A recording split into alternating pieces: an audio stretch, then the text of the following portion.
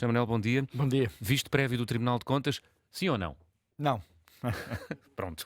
não. Não, e eu acho que, enfim, Portugal tem originalidades, mas esta não é uma boa originalidade. Hum. Aquilo que nós sabemos é que a maior parte dos países, os países não há nenhum país na Europa que tenha um visto prévio. Há tribunais de contas, naturalmente, há Tribunal de Contas na União Europeia. Nós até temos o antigo Ministro das Finanças, o João Leão, nesse Tribunal de Contas, Uhum. mas são tribunais que funcionam para verificar a legalidade a posteriori, portanto, e eventualmente Depois de corrigir. gasto o dinheiro. Depois de decidir, depois de Uhum. gasto, portanto, não é para tomar decisões que no fundo são decisões políticas, podem Uhum. ser decisões políticas e que pela sua própria existência não só acabam por inevitavelmente atrasar o processo. Ora bem, e depois, se repararmos bem, temos que ver o quadro em que esta ideia do visto prévio se tornou dominante, generalizou em Portugal. Sabes quem é que introduziu O Tribunal de Contas ou o visto prévio? o visto prévio? O visto prévio, não sei. Bem, eh, na formulação atual, com a dimensão atual, com a Hum. importância atual, um senhor chamado António de Oliveira Salazar. Hum. E introduziu porque ele tinha, enfim, na altura ainda era só Ministro das Finanças, portanto estamos a falar em 1928, portanto há quase 100 anos. As contas públicas estavam totalmente destrambelhadas, digamos assim, com os anos da República, da Primeira República. Sabes que ele fez isso e, portanto, pô-las na ordem, mas pô-las na ordem de uma forma que é nem é apenas autoritária, era no limite burocrático. Eu nunca mais me esqueci de uma vez, numa conversa que tive há muitos anos. A primeira vez que tive, não foi a primeira vez, mas foi uma vez que fui fazer uma campanha eleitoral aos Açores, na Uhum. década de 80, portanto há 40 anos. Era na altura presidente do governo regional, Mota Amaral. Uhum. E ele estava a explicar os problemas que tinha e não tinha, porque é que não fazia, porque é que fazia e tal. Portanto, eu estava na altura a trabalhar, a procurar perceber, falar com os vários atores políticos. E a essa altura disse: um dos problemas que temos é isto que nos deixou o Salazar. E o que é isso? É que nas contas públicas está tudo em gavetinhas. Eu tenho a gaveta dos lápis, a gaveta das borrachas, a gaveta dos apar-lápis, a gaveta das canetas, a gaveta das esferográficas, e não consigo mudar as coisas de um lado para o outro. Uhum. Portanto, isto é perverso, porque não dá maleabilidade nenhuma para, portanto, Gerir a coisa. Uhum. alocar os recursos onde é necessário, Uhum. e tem uma segunda perversidade, porventura maior, que é quando eu chego ao fim do ano e não gastei os lápis todos, ou os lápis todos, ou as borrachas todas, já vou gastá-los, porque já sei, se não o gastar, no ano seguinte não tenho. Portanto, ou tenho menos. E por isso isto acaba por nem sequer cumprir a sua função de controlar as contas. E era típico Salazar, típica coisa que ele fazia, portanto, assente num Estado autoritário, naturalmente. Importante. O Tribunal de Contas do tempo de Salazar não era o Tribunal de Contas como o de hoje. Portanto, não era sequer um órgão jurisdicional, era um organismo do Ministério das Finanças. Aliás, indo mais atrás na história, Hum. o que nós sabemos é que nós temos algo parecido com isto, vê lá tu, desde o século XIII, Hum. portanto, que temos uma coisa chamada Casa dos Contos, ou das Contas, Uhum. que foi criada em 1389, mas o embrião vinha. Isto, por acaso, quando a gente vê a história, está quase sempre ligado a figuras importantes da nossa história. Por exemplo, quem criou o embrião desta Casa dos Contos foi o Dom Dinis. Uhum. Estamos sempre a falar de Dom Dinis, é um dos reis míticos da nossa história, o Pinhal de Leiria, outras coisas, a Rainha Santa, tanta coisa que nós associamos ao Dom Dinis. Agora também podemos associar de alguma forma o Tribunal de Contas. Isto durou durante muito tempo, a Casa dos Contos, até que foi substituído, vê lá tu por quem? Marquês de Pombal. Isso. Portanto, novamente, Dom José I, Marquês de Pombal, pouco depois do terremoto, em 1761, Uhum. uma coisa chamada Erário Régio. E depois veio o liberalismo, veio, digamos, a monarquia liberal e passou a haver o Tesouro Público. Depois o Conselho Fiscal das Contas. E, curiosamente, a figura formal de Tribunal de Contas é criada em 1849. Portanto, há quase 200 anos. Mas não tinha estas Dona Maria, não é? características. Dona Maria I. Sim, Dona Maria I. Agora atenção. Verdadeiramente, depois não existe durante a Primeira República. Uhum. A Primeira República não consagra isto na sua Constituição. Houve outras coisas, Conselho Superior da Administração Financeira do Estado, Conselho Superior de Finanças, até que o Tribunal de Contas é reinstituído em 1930 pelo Salazar. O Salazar só toma verdadeiramente o poder em 32. Na altura ainda era Ministro das Finanças. Toma o poder no sentido de ser Presidente do Conselho. Em 1930 e vai durar até 76 com esta fisionomia.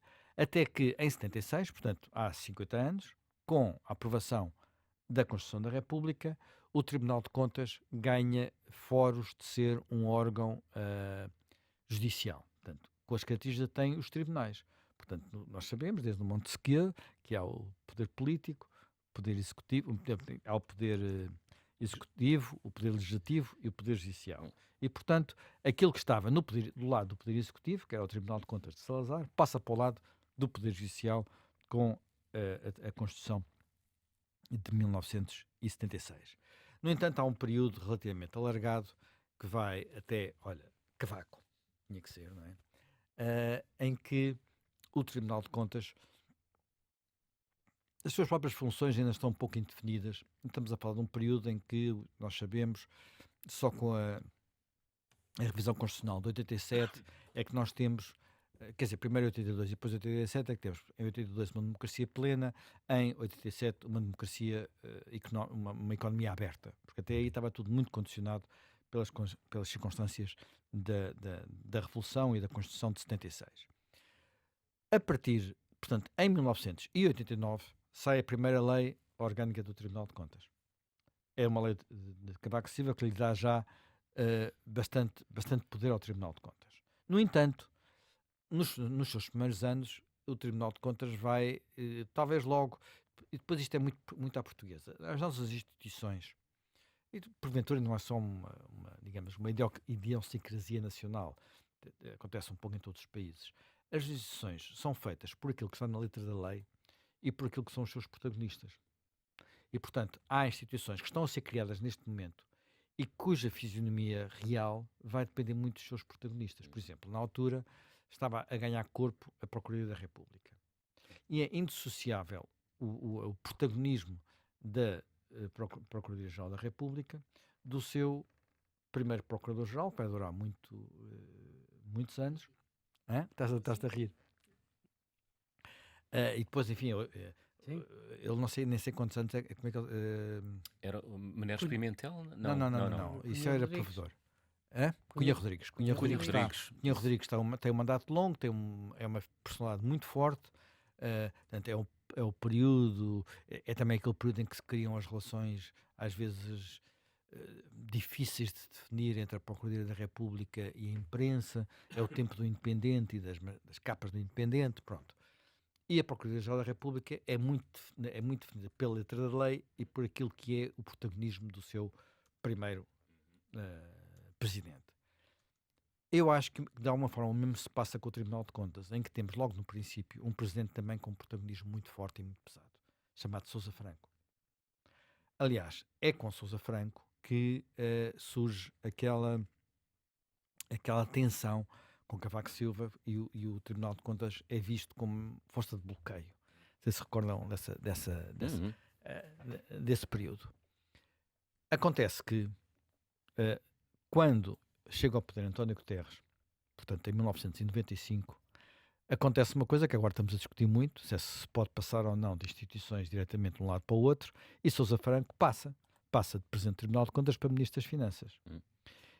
E não por acaso, passado uns tempos, ainda é ele Ministro das Finanças, portanto, em 1997, portanto, pouco tempo depois de tomar posse, aprova uma nova lei do Tribunal de Contas que dá mais poderes ao Tribunal de Contas. Portanto, temos aqui algo que é muito condicionado, como eu disse, pelos protagonistas. Nunca mais tivemos um Presidente do Tribunal de Contas, porventura, com o protagonismo e o peso, assim como não tivemos nenhum Procurador-Geral eh, equivalente a Cunha Rodrigues. Tivemos alguns marcantes, mas alguns por boas, outros por más razões, mas nem ninguém equivalente. Mas isto, digamos, no caso do Tribunal de Contas, até pela influência que o protagonista depois tem no redesenho da lei, isto é relevante. Ora bem, na verdade, a Constituição não impõe isto. O que está na Constituição, no artigo 214, é que, eu vou ler, o Tribunal de Contas é o órgão supremo de fiscalização da legalidade das despesas públicas e do julgamento das contas que a lei mandar submeter-lhe, competindo-lhe, nomeadamente, e agora repara, dar parecer sobre a conta geral do Estado, incluindo a da Segurança Social, dar parecer sobre as contas das regiões autónomas dos Açores da Madeira, efetivar a responsabilidade por infrações financeiras nos termos da lei, exercer as demais competências que lhe forem atribuídas por lei. Portanto, aquilo que está em quase tudo aquilo que são estas competências, designadamente os vistos prévios, decorrem daquilo que a lei, da forma como a lei, digamos, detalhou o que está aqui na linha D do artigo 1º, digamos, do ponto 1º do artigo 14, não, no artigo 214 da nossa Constituição. Portanto, não é uma obrigação, e, portanto, temos uma situação em que vamos, mais uma vez, é a lei que determina e, portanto, é a lei que pode permitir alterar isto. Ora bem, na verdade, com o tempo, o Tribunal de Contas e esta questão do visto prévio ganhou alguma. Não foi apenas verificar se os contratos estavam de acordo com a lei, muitas vezes houve situações em que a intervenção do Tribunal de Contas acabou por ser uma intervenção, e é isso que é contestado, muitas vezes acabou por ser uma intervenção a determinar a bondade das políticas, o que não é de facto a sua função. O caso mais conhecido é um caso que se passou no Porto, com a Câmara do Porto, e que teve a ver com uma história do matadouro. Portanto, é uma situação em que o Tribunal de Contas entendeu que o tipo de contrato que estava a ser feito portanto, não era o melhor, mas estamos a falar de saber se uma coisa devia ser um contrato normal ou se devia ser uma PPP. E, portanto, a Câmara do Porto, na altura dirigida por Rui Moreira, tinha uma determinada interpretação. Na prática, e depois foi aquilo que aconteceu, a intervenção do Tribunal de Contas teve tanto impacto que matou o projeto, literalmente. E talvez por isso, repare, estamos a falar de um tempo em que Rui Moreira era Presidente da Câmara do Porto, ele ainda coincidiu como Presidente da Câmara do Porto com Fernando Medina, Presidente da Câmara de Lisboa, e Fernando Medina viria a ter várias pegas, digamos assim, entre aspas, com o Tribunal de Contas, quer por causa e mais a posteriori, por relatórios que o Tribunal de Contas fazia, quer como Ministro das Finanças mais tarde. E talvez por isso, e é um dos aspectos que eu deixo, enfim, ao contrário daquilo que muitas vezes tem acontecido nos últimos tempos, achei bastante significativo que ao conhecer-se este projeto do Ministro, digamos, do Governo e do Ministro da Reforma do Estado, não foi anunciado ontem, já tinha sido anunciado em novembro, inclusivamente junto de uma comissão parlamentar, em que ele foi lá e esteve também lá a Presidente do Tribunal de Contas. A diferença é que na altura foi anunciado que a lei poderia ser apresentada no Parlamento em janeiro, não foi, e agora diz-se-á que estará fechada no verão, vamos ver, isto em Portugal é sempre tudo devagar, devagarinho ou parado, não é? Portanto, enfim, É o quê? tu riste, não é? Tu riste. Devíamos chorar mais do que rir, Pois. não é? Bem, e Fernando Medina, num comentário que fez no Now, onde ele é comentador, disse que achava muito bem. Não é habitual, portanto, figuras do Partido Socialista baterem palmas, literalmente baterem palmas, a medidas do governo. Vamos ver se o Partido Socialista está de acordo com Fernando Medina, pode ser que não esteja, não é? Veremos isso no Parlamento. Quem não está de acordo com Fernando Medina, ou melhor, quem não está de acordo com o governo, parece ser a Presidente do Tribunal de Contas, que Sim. tem um discurso um bocadinho redondo, mas que, a meu ver, tem frases que são fatais. Como E assim? uma das frases fatal, portanto, foi nessa audição parlamentar, uma das frases fatal é a ideia de que o Tribunal, a ideia de que o Tribunal de Contas, quer dizer, que o governo não pode ficar, no fundo, que os atores políticos não podem ficar à solta. Ela usou mesmo esta expressão, à Hum. solta. O que é isto? Quer dizer, o que é que o Tribunal de Contas tem a ver com aquilo que são, no fundo, decisões políticas, não é? Portanto, não é isto. Tomadas por eleitos. Tomadas por eleitos, Hum. pessoas têm legitimidade, Hum. não é, quer dizer, não é esse o seu papel, não pode ser esse o seu papel, não pode ser de forma nenhuma aquilo que nós pretendemos. Uhum. E eu acho que isto é o caminho que eu que receio que aconteça agora na discussão pública deste tema, que é o caminho de achar que os autarcas, os ministros, os altos funcionários do Estado ficam à solta, ficam a fazer o que entenderem se deixar de haver visto prévio. Atenção, não há visto prévio no Tribunal de Contas Europeu. E nós sabemos que, mesmo não havendo visto prévio, não faltam controlos, não falta pressão, Hum. não falta burocracia, não faltam atrapalhadas e papeladas digamos, e obstáculos a vencer para fazer o que quer que seja com os dinheiros europeus. Portanto, em todas as. E isto tem a ver muito com o problema da reforma do Estado e aquilo que nós queremos de futuro, não apenas para a nossa administração pública, mas para a administração pública dos países europeus. Quer saber se vamos querer continuar um caminho que tem sido prosseguido um pouco em todo lado, que é acrescentar burocracia. Acrescentar burocracia. E acontece em todo lado. Não é só no setor público. Nós, quando vamos fazer qualquer coisa hoje em dia a um banco, há coisas que são muito simples. Mas cada vez mas há outras coisas que exigem tantas assinaturas, tantos papéis, tanta atrapalhada, que nós nessa altura fica a pensar para que é que isto serve? Para quê? A quantidade, eu todos os dias aqui, enfim, tenho que assinar papéis, mas não é assinar um ou dois, tenho que assinar imensos papéis. E depois pergunto-me, mas quem é que vai depois ver estes papéis? Onde é que eles ficam guardados? Hum. Porquê é que estamos a acumular isto tudo?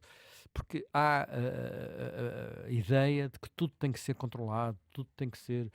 Quer dizer, e não se percebe que aquilo que eventualmente não se perde, porque houve um engano, que pode ser um engano mal intencionado ou um engano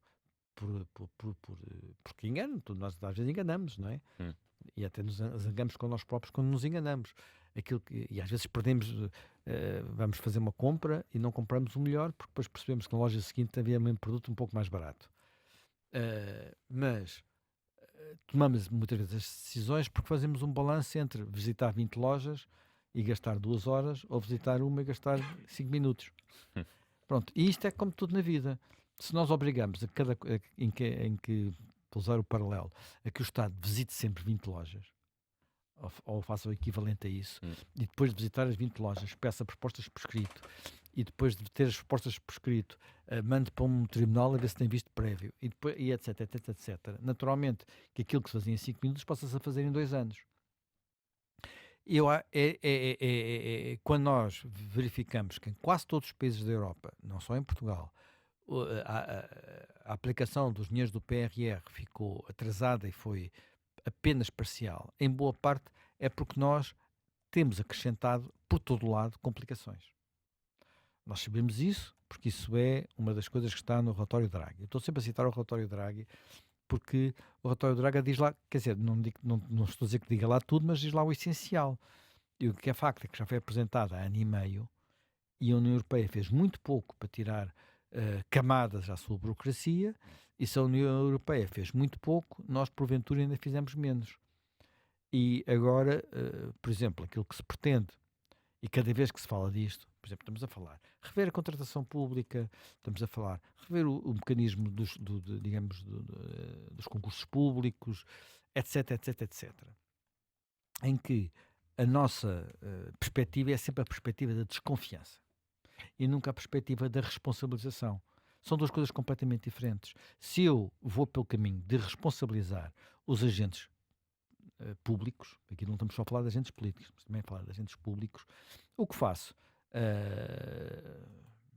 No fim do ano, às vezes, quer dizer, conforme o registro, pode ser nos ciclos eleitorais para os agentes políticos, pode ser nos ciclos de avaliação para os agentes públicos, é verificar se eles estão a cumprir as suas funções. E eu tenho que ter noção de duas coisas. Primeiro, que quando eu acrescento burocracia, por regra, também acrescento atalhos. E eu, ao acrescentar atalhos, estou a acrescentar algo que no fundo são formas de corrupção. Podem não ser formas de corrupção direta, toma lá dinheiro para o teu bolso, mas podem ser formas de corrupção indireta, que é como é que se facilita, a famosa história dos facilitadores, não é? Uhum.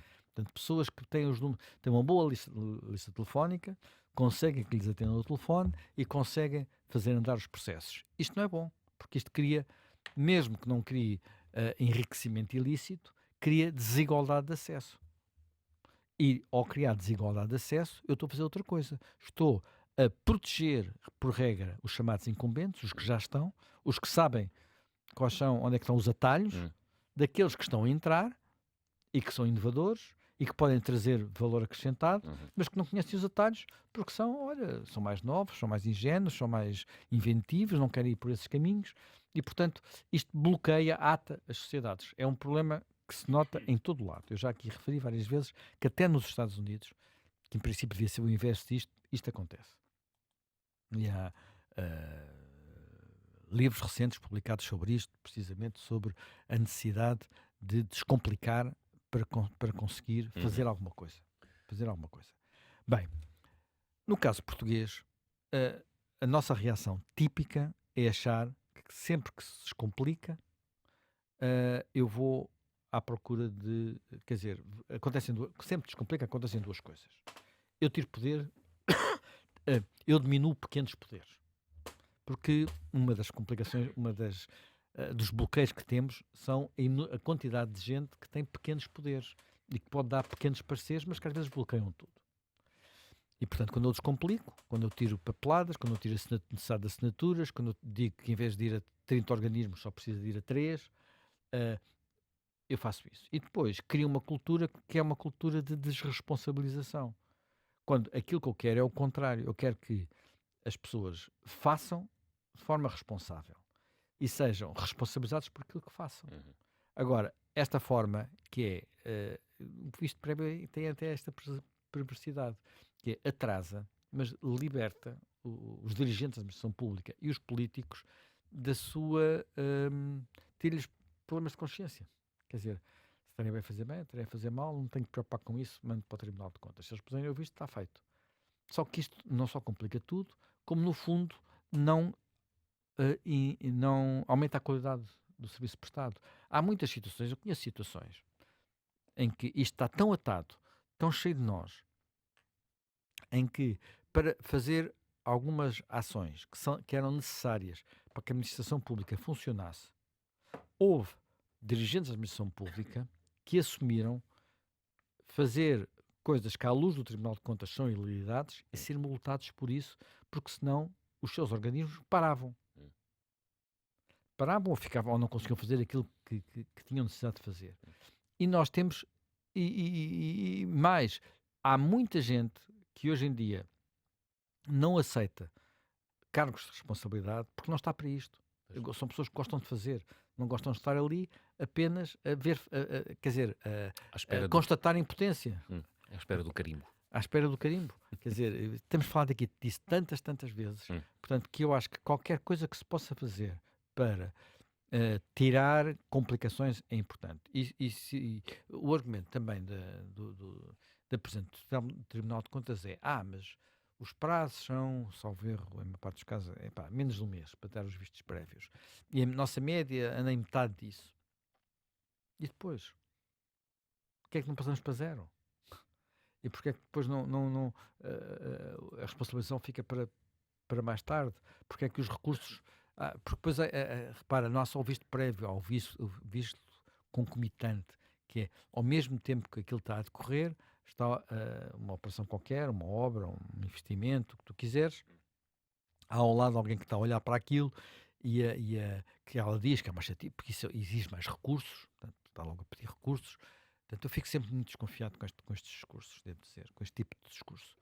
Ah, e, portanto, eu diria, vamos ver se, olha, a única coisa que eu desejo é que o Ministro da Reforma de Estado não fique pelas palavras e passe aos atos. E, portanto, aquilo que estava prometido para janeiro aconteça mesmo até ao verão. Não que eu tenha alguma coisa contra o Tribunal de Contas. Eu tenho é contra a complicação, contra as camadas de burocracia, contra aquilo que no fundo ajuda à paralisia, sendo que nós, repara, isto é muito salazarista de facto.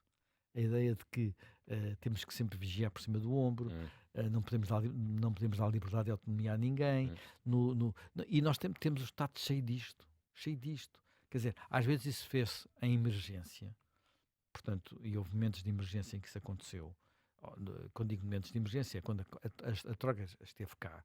E quando de repente, por exemplo, nos hospitais, se contratava, os gestores hospitalares tinham entrado numa lógica que era eu gasto e depois no fim passam o cheque. A receita foi, então agora, cada vez que contratas um médico, tem que tirar a assinatura do Ministro das Finanças. Pá, isto é impossível, não é? Portanto, quando as pessoas se queixam da falta de médicos no SNS, em parte os problemas começaram aqui. Em parte, não são todos, mas uma parte, não é só porque, ganham pouco. Não é só não ganharem pouco ou ganharem muito. Eu não tenho liberdade nenhuma para poder contratar por valores diferentes, porque aquilo está rígido, e depois, e se contratar por valores diferentes, não é só os sindicatos à pega, tenho mais não sei quantas entidades à pega, e o gestor hospitalar, em vez de ser responsabilizado, damos-lhe incentivos para ele cumprir incentivos errados, como o famoso SIGIC. Isto é apenas um exemplo. Ou seja, como no final do temos isto dia, tudo, temos isto há um nós em convite cima à de nós. paralisia. Há um convite à paralisia, exatamente. Um convite à paralisia, um convite a ver se chega ao fim do dia e acabou-se.